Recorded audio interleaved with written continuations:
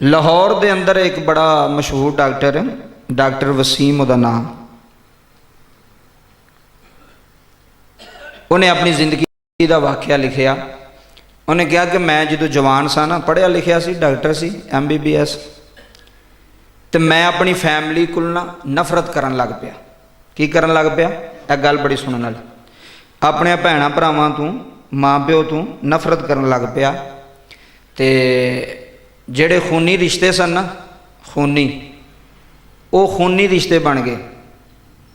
खूनी एक होंदा खे वेत नून, खून, खून दे रिश्ते। एक होंदे ने खूनी, नून ये नी, खूनी रिश्ते। वे अखां विच खून आ गया, खूनी रिश्ते होंदे ने, दुश्मन रिश्ते। अगर गल बरीक तुहानूं कहण दे, उन्हें कहा जेड़े खूनी रिश्ते वो खूनी रिश्ते बन गए। मैनूं नफरत हो गई भैन भरावां कोल। मैं कलियां रहना शुरू कर दिता, तो मैं समझा भी मैं कामयाब हाँ, मैनूं हुण की लोड़ है किसी दी। कहंदे ने मैं बयान सुनिया, केसट सुनी हज़रत वासफ अली वासफ साहब की।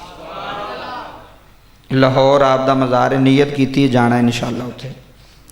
हजूर वासफ अली वासफ साहब की केसट, पहला केसट होंदियां सन ना जी, केसट सुनी तो उहदे विच ना आंदा मैं नीयत भी कर ली सी, तो सारे जेड़े जेड़े काम मैं करदा पिया सा उहदे नाल दे जवाज़ भी हासिल कर ले सन। जवाज़ मतलब की भी अगों दलील भी दे सकना सा। अगर मैनूं कोई पुछदा है ना भैन नूं क्यों छड्डिया, तो मेरे को दलीलां भी है सन उहदियां, भी भरावां नूं क्यों छड्डिया, तो उहदियां भी दलीलां मैं बना के बैठा सा, जवाज़ हासिल करके बैठा सा। वे कोई बंदा मैनूं पुछेगा तो मैं अगों यह जवाब देंगा। कहंदे ने जदों पहली बारी मैं आप दी केसट सुनी तो उहदे विच आपने फरमाया, बड़ी वड्डी गल लिखी, आपने फरमाया, हजूर वासफ अली वासफ साहब ने फरमाया कि भैणां भरावां नूं छड्डण दा जवाज़ ही पैदा नहीं होंदा। वो जवाज़ बना के बैठा सी। हजूर वासफ अली वासफ साहब ने फरमाया, वो केसट च फरमा रहे सन, फरमाते सन भैणां भरा अद्धे माँ प्यो होंदे जे। कोई बंदा समझदार है, भैणां भरा अद्धे की होंदे ने, माँ प्यो होंदे जे। भरा भी ते भैणां भी अद्धे माँ प्यो होंदे जे। फरमाते ने यदि कोई दलील ही नहीं, रिश्ते तलक करना ना रिश्ते छड्डना, भैणां भरावां नूं छड्डना, इस्लाम दे अंदर यदि कोई दलील मौजूद ही नहीं, कोई दलील दे ही नहीं सकता भी भरा ने मेरे नाल इंज कीता ते मैं उहनूं छड्ड दित्ता, या भैन ने मेरे नाल इंज कीता ते उहनूं छड्ड दित्ता, तू छड्ड सकदा ही नहीं। तेरे कोल कोई दलील ही नहीं, तेरे कोल कोई जवाज़ ही नहीं। कहंदे ने वो गल उन्हां दी सुनी तो गल मेरे सीने ते बह गई। जिन्हां सीखना होवे या जिन्हां ने इलम हासिल करना होवे वो सीख जांदे ने। कहंदे ने मैनूं उन्हां दे जुमले अजे भी याद ने। कहन लगे जिन्हां रिश्तियां तो बगैर गुजारा ना होवे उन्हां नाल लड़ाई नहीं करीदी। ये भी बड़ी वड्डी गल है। जिन्हां रिश्तियां दे बगैर, बोलो तो सही, गुजारा, हुण जिन्हों एक दिन च 5 वारी तुसीं मिलना, उहदे नाल लड़ाई करके तो किवें उहनूं मिलोगे, उहनूं बुलाओगे किवें तुसीं? जिन्हों बार बार तुसीं मिलना है, जिहदे कोल तुसीं रहना है, जिहदे कोल तुसीं आना है जाना है, भैणां भरा ने, रिश्ते ने, इन्हां तो बगैर तो गुजारा ही नहीं। ये तो छुट्टे जा सकते ही नहीं, तो ना कोई बंदा छड्ड सकदा है। बेवकूफ़ी दे नाल अगर कोई छड्ड जाए तो आखे जी मैनूं सुकून है या मैं बड़ा मार का मार लावांगा, तो कुछ भी नहीं होंदा। भैणां भरावां नूं छड्ड के कदी सुकून, हमेशा कम भैणां भरा हुंदे ने। सही बात, हमेशा कम। अदालत च चले जाओ तो अगले आंदे ने भाई गवाह लिया महल्ले दे,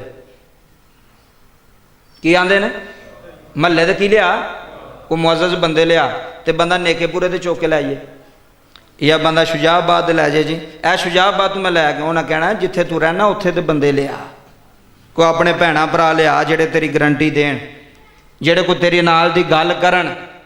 पता लग गया दुनिया की कचहरी होवे ते इत्थे भी भैणां भरा छुड़ांदे ने, ते जे रब की कचहरी होवे ते क्या बात, उत्थे भी भैणां भरावां दी वजह तो जान छुटनी जे।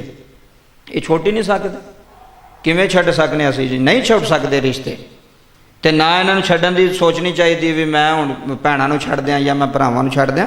कट्ठे रवो, इज्जत बनेगी, कट्ठे रवो, एक वकार होवेगा। और ही वो डॉक्टर वसीम कहता कि अज मैं लखां रुपए भैणां ते लाए ने, भरावां ते लाए ने, लखां, लेकिन मैं कभी उन्होंने एहसान नहीं जतलाया कि मैं थोड़े फलाने वक्त मदद की सी। मैं फलाने वक्त तुहाडे ते पैसा लाया सी। ਜਿਹੜੀ नेकी या ਜਿਹੜਾ ਕੰਮ ਕਰ ਛੜਿਆ ਉਹਨੂੰ ਜਿਤਲਾਈ ਦਾ कि जितलाई दा। ਜਦੋਂ ਤੁਸੀਂ ਜਿਤਲਾ ਛੜਿਆ तो फिर नेकी खत्म है। ਜਦੋਂ ਤੁਸੀਂ ਕਹਿ ਜੋ ਛੜਿਆ मैं जो किसी ਨੂੰ ਕਹਾਂ यार मैं ਤੈਨੂੰ 50,000 रुपया ਤੈਨੂੰ पता उदों मैं दिता सी तैਨੂੰ उदों कोई नहीं सी देंदा, वो ਜਿਹੜੇ मैं दिता है ना 50,000 वो भी मेरा ज़ाया हो गया, क्योंकि मैं नेकी ਜਿਹੜੀ ਸੀ ਉਹਨੂੰ ਜਿਤਲਾ ਛੜਿਆ, अगले ਨੂੰ ਕਹਿ ਛੜਿਆ। और खास करके ਜਿਹੜੀ ਭੈਣਾਂ ਭਰਾਵਾਂ ਤੇ ਤੁਸੀਂ नेकी करते हो ना ਉਹਨਾਂ ਨੂੰ ਜਿਤਲਾਣਾ नहीं जिंदगी च। जे तू जितला छड़िया तो फिर वो तेरी जिहड़ी मेहनत तू की या नेकी की तो सारी ज़ाया हो गई, सारी खत्म हो गई। ये रिश्ते नहीं छुड़ सकते कि छुड़ सकते हैं जी? भावें भैड़े होण भावें जिस तरह के मर्जी होण, वो की कहते हैं जी टुटियां बावां।